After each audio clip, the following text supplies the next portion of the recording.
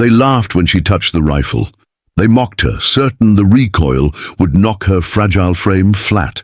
"Stick to your bandages, sweetheart," they jeered, unaware that the quiet woman in the logistics uniform was the ghost they'd all been taught to revere, the deadliest sniper their unit had ever known, officially listed as KIA.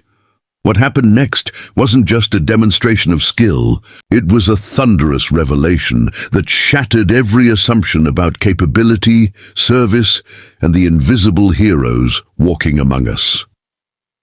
On the dew-kissed morning of April 12th, the training range at Fort Carson hummed with its usual pre-drill energy. Sunlight, sharp and golden, glinted off the cold, precision-machined steel of an M2010 Enhanced Sniper Rifle laid out on Bench 7. This wasn't just any rifle. It was a legend in its own right, a tool that had once stretched the very limits of what was considered possible in long-range marksmanship. Its previous owner, an operator known only by the chilling call sign Ramadi Angel, had used it to make a shot that defied physics and saved an entire platoon. A shot measured at an impossible 2.9 kilometers. That operator, the official record stated, had been killed in action 3 years prior during the final classified deployment of the elite Kraken Unit. Enter Staff Sergeant Clara Jamieson. To the untrained eye, Clara was unremarkable. Slender, with long brown hair pulled back in a regulation bun, she moved through the bustling weapons facility with a quiet, almost invisible efficiency. For the past 2 years, she'd been a fixture in the logistics support division. Her days, filled with inventory manifests, equipment requisitions, and the meticulous organization of supply closets. Her official file noted a minor training injury that had sidelined her from her original role as a combat medic, leading to this administrative reassignment. To her colleagues, she was simply Jameson, the helpful but decidedly non-combatant. Paper pusher. Corporal Jake Thunder Morrison, a loud and perpetually grinning infantryman, summed up the base's collective opinion during a coffee break. "Jameson doesn't know the first thing about weapons," he chuckled, watching Clara meticulously log serial numbers at her desk. "Probably couldn't figure out which end the bullets come out of. Best she sticks to counting gauze." Sergeant First Class Rodriguez, a veteran with a perpetually skeptical scowl, was even more blunt. "If she tried to fire a rifle, the recoil would send her flying. Good thing she's got that clipboard to hide behind." Clara heard every word. She always did, but she never reacted. Her expression remained calm, her focus unwavering as she balanced the books, her pen moving with the same steady rhythm as her breathing. What no one knew was that beneath this facade of administrative diligence, Clara was conducting her own far more critical intelligence operation. Her minor injury was a carefully constructed cover story. Her reassignment wasn't a demotion. It was a sanctuary.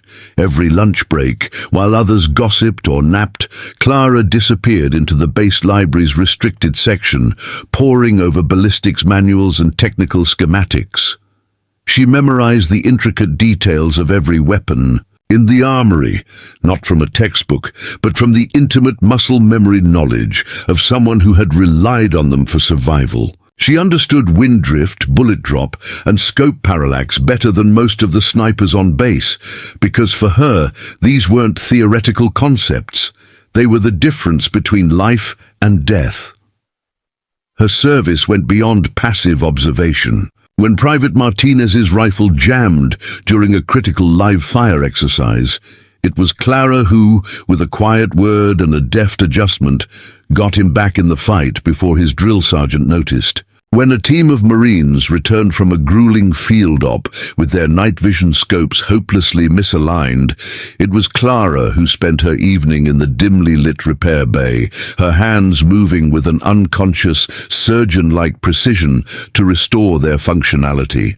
And when the base's top snipers grumbled about inconsistent groupings, it was Clara who would, almost invisibly, tweak a scope's elevation turret by a fraction of a milliradian, transforming their good shots into perfect ones.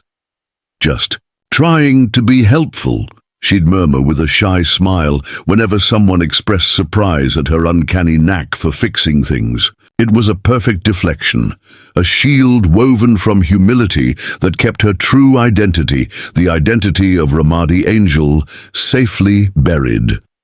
The only physical reminder she allowed herself was a small, frayed piece of silver fabric, carefully wrapped in black cloth and tucked into the inner pocket of her uniform. It bore the insignia of the Kraken Unit, and more specifically, it had belonged to Staff Sergeant Maria Santos, her spotter, her sister-in-arms, her best friend. Maria had died in Clara's arms during their final catastrophic mission.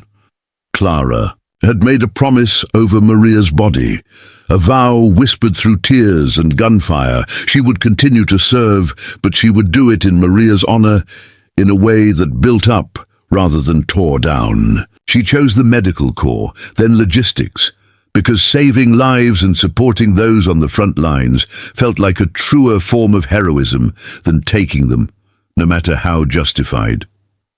The day of the weapons demonstration dawned clear and crisp, perfect for long-range shooting. The event was billed as a routine training exercise for support staff, a chance for the desk jockeys to get a hands-on feel for the advanced sniper systems they might encounter in the field.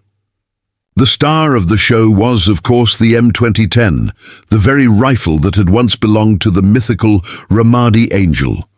A team of Navy SEALs, hand-picked for their elite marksmanship, had been flown in to run the demo. They were confident, bordering on cocky, eager to impress the assembled crowd of mostly non-combat personnel. Petty Officer First Class Williams, the team leader, strutted to the firing line, slinging the M2010 onto its bipod with practiced flair.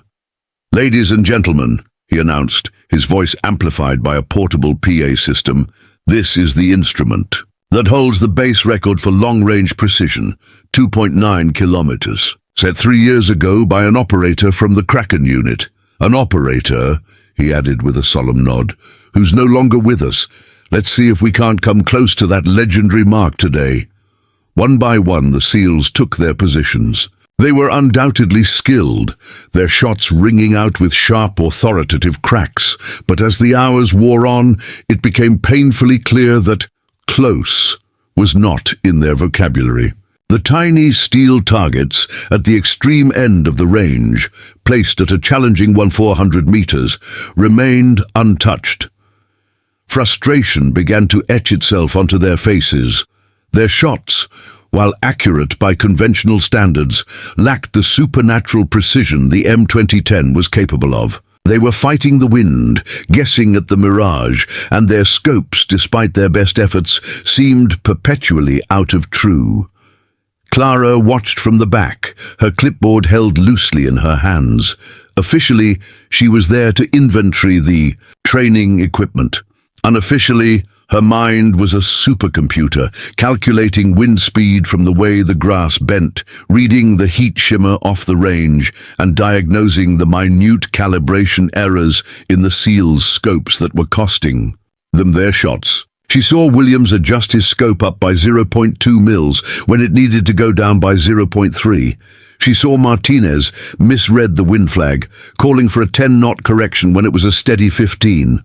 It was a slow, agonizing display of near misses for someone who knew exactly how to turn them into bullseyes. Without consciously deciding to, Clara found her feet carrying her forward, drawn to the rifle like a moth to a flame. She stopped beside the firing line, her gaze fixed on the M2010, her fingers twitching with the ghost of 1,000 triggers pulled. The reaction was instantaneous and brutal. "Step away from that gun," Lieutenant Commander Peterson, the officer, supervising the exercise, barked, his voice cutting through the air like a whip. "That equipment is not for support personnel." The SEALs erupted in laughter, a chorus of derision aimed squarely at the petite woman who dared to approach their sacred weapon. "Ma'am, this isn't a stethoscope," Petty Officer Rodriguez sneered, a cruel smirk on his face. "Maybe you should go find some bandages to organize instead." "Yeah," another SEAL chimed in. "If you tried to fire that thing, you'd end up flat on your back wondering what hit you." Clara didn't flinch. She simply stepped back, a faint, enigmatic smile playing on her lips. But as she turned to leave, she murmured, just loud enough for the nearest soldiers to hear, "Winds shifting from 2 sou. About 15 knots. Scope needs to be adjusted down 0.3 mils. Chief Petty Officer Martinez, who had been wrestling with his scope for the past hour, froze. He looked at Clara, his earlier mockery replaced by a flicker of stunned curiosity. "How do you know about wind calculations?" he asked, his voice low. But Clara was already walking away, disappearing back into the crowd, leaving the question and the solution hanging in the air, unanswered. The demonstration dragged on for another 30 minutes, the SEALs' shots growing more frustrated, their groupings wider. The crowd's initial excitement had turned to polite boredom. Then Colonel James Harrison arrived. Colonel Harrison wasn't just any officer. He was a living legend in the special operations community, a man whose career spanned 2 decades of the most classified, high-stakes missions imaginable. He moved through the crowd with the quiet authority of a predator, his sharp eyes taking in everything. He stopped at the firing line, observing the SEALs' increasingly futile efforts, but his gaze didn't linger on them for long. It was drawn, almost magnetically, to a figure standing at the periphery. Clara Jameson, head bent over her clipboard, the very picture of an unassuming logistics NCO. Something about her was familiar. He couldn't place it, but the feeling was a deep, unsettling itch in his mind. As he moved closer, ostensibly to inspect the rifle, his eyes caught a glint of silver, a small piece of fabric carelessly tucked into Clara's uniform. Pocket had slipped partially free. Colonel Harrison's blood turned to ice. He knew that insignia. Not the generic Kraken patch, but this specific personalized variant. It was the identifier for one operator, one legendary, supposedly deceased operator. "My God," he whispered, the words barely audible over the crack of another missed shot. He stared at Clara, the pieces crashing together in his mind with the force of a mortar blast, the quiet efficiency, the uncanny knowledge, the way she moved. It was all her. Ramadi Angel. He strode towards her, his every step radiating a newfound, almost reverent authority. The laughter and chatter on the range died down as soldiers sensed the shift in the atmosphere. "That rifle," Colonel Harrison said, his voice low but carrying, his eyes locked on Clara's. "Do you recognize it?" Clara looked up, her expression calm, revealing nothing. "Sir, it appears to be an M2010 Enhanced Sniper Rifle, currently being used for marksmanship demonstration." "Sergeant Jameson," the colonel interrupted, using her name with a weight that silenced the entire range. "That's not what I'm asking. Whose rifle was this originally?" The question hung in the air, thick and heavy. The SEALs exchanged confused glances. Lieutenant Commander Peterson stepped forward. "Sir, this rifle came from the Kraken Unit equipment transfer. Standard inventory." "I'm not asking about the paperwork, Commander," Colonel Harrison cut him off, his gaze never leaving Clara. "This particular rifle belonged to an operator with the call sign, Ramadi Angel, someone who set long-range precision records that have never been equaled." A collective gasp rippled through the assembled soldiers. Everyone knew the legend of Ramadi Angel, the impossible shots, the lives saved. The ghost who walked the razor's edge of urban warfare. "Sir," Peterson stammered, "Ramadi Angel was killed in action. The after-action report stated what it needed to state for operational security," Harrison replied coolly. "Some people find it convenient to officially die when their continued existence would compromise ongoing classified operations." Clara set down her clipboard. For the first time, She looked directly at Colonel Harrison, and the careful mask of the meek logistics sergeant began to crack, revealing the sharp, dangerous intelligence beneath. "Sir, I'm not sure what you're implying." "I'm not implying anything, Sergeant. I'm asking you directly. Are you the operator who set the 2.9-kilometer record with this rifle?" The silence that followed was absolute, a vacuum that sucked all sound from the range. Every eye was on Clara. Slowly, deliberately, Clara reached into her pocket. She pulled out the small piece of silver fabric and held it up for all to see. The Kraken insignia, Maria's insignia, glinted in the sunlight. "This belonged to my spotter," Clara said, her voice clear and steady, carrying across the silent range. "Staff Sergeant Maria Santos. She died during our final mission together. I promised her family I would continue serving, even if that service required me to become someone else." The revelation detonated like a silent bomb. The quiet medic, the mocked logistics clerk, was Ramadi Angel. The legend was alive, and she'd been working right under their noses, dismissed and derided. The stunned silence was broken by a single awestruck whisper from one of the SEALs. "Holy shit," Colonel Harrison, a small, respectful smile now playing on his lips, gestured towards the M2010. "Ramadi Angel, would you be willing to demonstrate why this rifle became famous?" Clara looked around at the sea of faces. Faces that had been twisted in mockery just minutes ago, now slack with shock, shame, and burgeoning respect. She thought of Maria. She thought of her promise.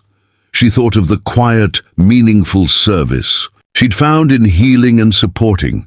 "Sir," she said quietly, "I chose medical and logistics duties because I wanted to serve without the complications that come with being known as Ramadi Angel. That person completed her mission 3 years ago." She paused, her fingers brushing the silver fabric in her hand. "But the skills remain. What happened next would become the stuff of base legend, a story told and retold in mess halls and barracks for years to come." Clara walked towards the M2010. It wasn't a walk. It was a transformation. Her posture shifted, her shoulders squaring, her movements becoming fluid, economical, and radiating a lethal grace. The unassuming Clark vanished, replaced by the apex predator, the ghost of Ramadi. She settled into a prone position behind the rifle with the unconscious, bone-deep confidence of someone for whom this was as natural as breathing. Her hands, which had spent the morning typing reports, now moved with the blinding speed and precision of a concert pianist, making micro-adjustments to the scope that compensated for every variable the SEALs had failed to master. The 15-knot wind from Tula, the heat mirage dancing over the range, the subtle drop of the 300 Winchester Magnum round over 1,400 meters. Her breathing slowed, becoming a deep, rhythmic tide, perfectly controlled to eliminate any tremor. Through the scope, she found her target, a small dinner-plate-sized steel disc at the very limit of the range, a target no one else had dared to engage. She exhaled halfway, held her breath, and gently, lovingly squeezed the trigger. Crack! The shot echoed like a thunderclap across the silent range.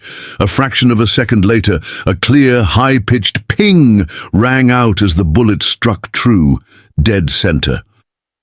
For 3 full seconds, no one moved, no one breathed. The impossible had just been made mundane.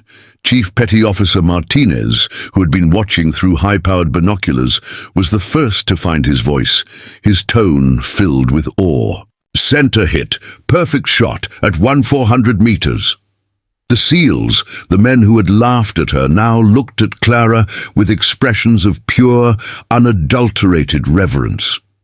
They had just witnessed a level of marksmanship that transcended skill. It was art. It was magic. Lieutenant Commander Peterson stepped forward, his face flushed with embarrassment. "Ma'am, on behalf of my team, I offer my deepest and most sincere apology. We had no idea, Commander." "You weren't supposed to know," Clara replied, already rising and beginning the practiced ritual of clearing and safing the rifle. That was the point. But why? Peterson pressed, his voice thick with confusion. Why hide what you're capable of? Clara finished securing the weapon and looked him straight in the eye. Because the moment you start serving for recognition, instead of because people need help, you stop being effective at actually helping them. The official demonstration ended shortly after, but its impact was just beginning. Clara, true to form, quietly returned the M2010 to its case, completed her inventory paperwork, and prepared to return to her desk, as if she hadn't just rewritten the base's understanding of what was possible, but everything had changed. Lieutenant, Commander Peterson sought her out as she was leaving. Ma'am, what happened here today? It changes how we think about a lot of things. I hope it changes how you think about the people who support your missions, Clara replied.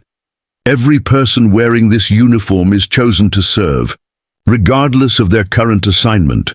The SEALs, humbled and eager to learn, began approaching her with questions, not about war stories, but about technique, about the mental discipline required for such precision.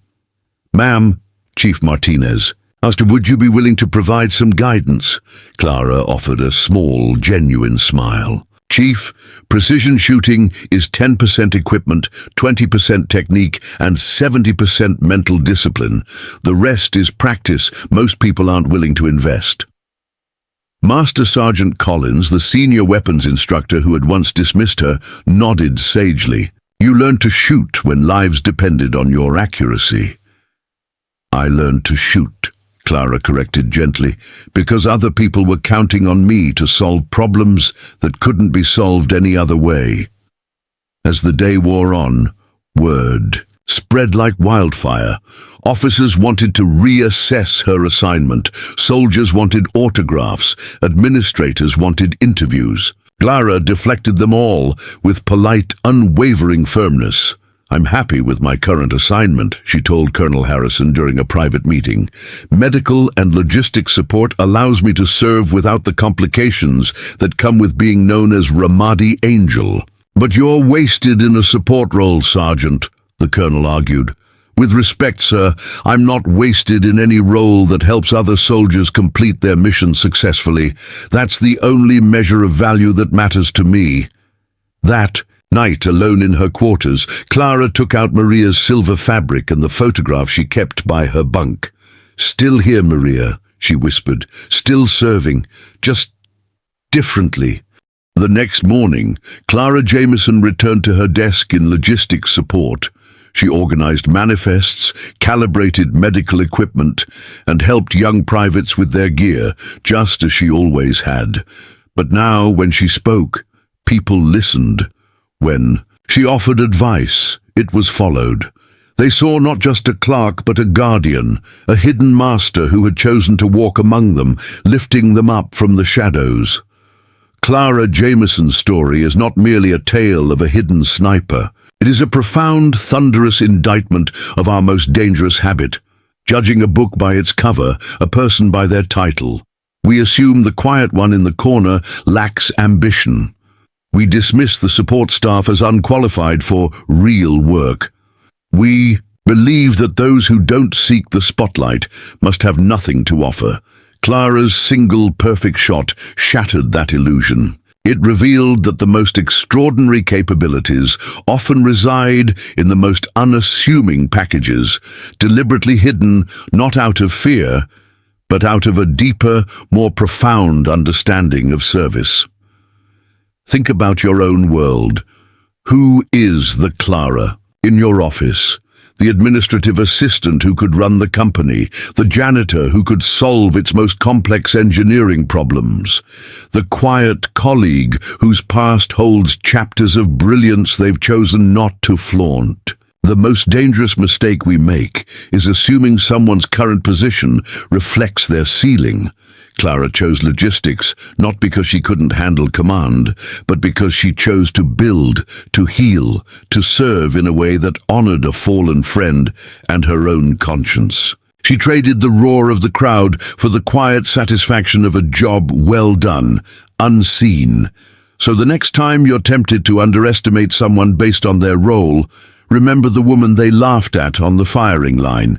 Remember the shot that silenced a base. Remember that heroes don't always wear capes or medals. Sometimes they wear logistics uniforms and carry clipboards. True power, true service often whispers. It doesn't need to shout to change the world.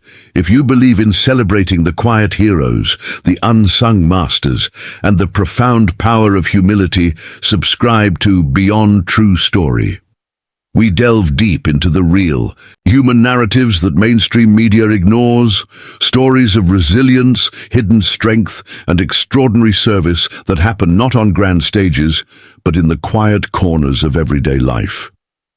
Hit that subscribe button and join a community that values substance over spectacle, real people over AI-generated fluff, because the most important stories aren't always the loudest. Sometimes they're the ones whispered by a woman who chose to heal, not to kill, and in doing so, taught an entire base what true strength really looks like. Subscribe now. See the unseen, honor the quiet.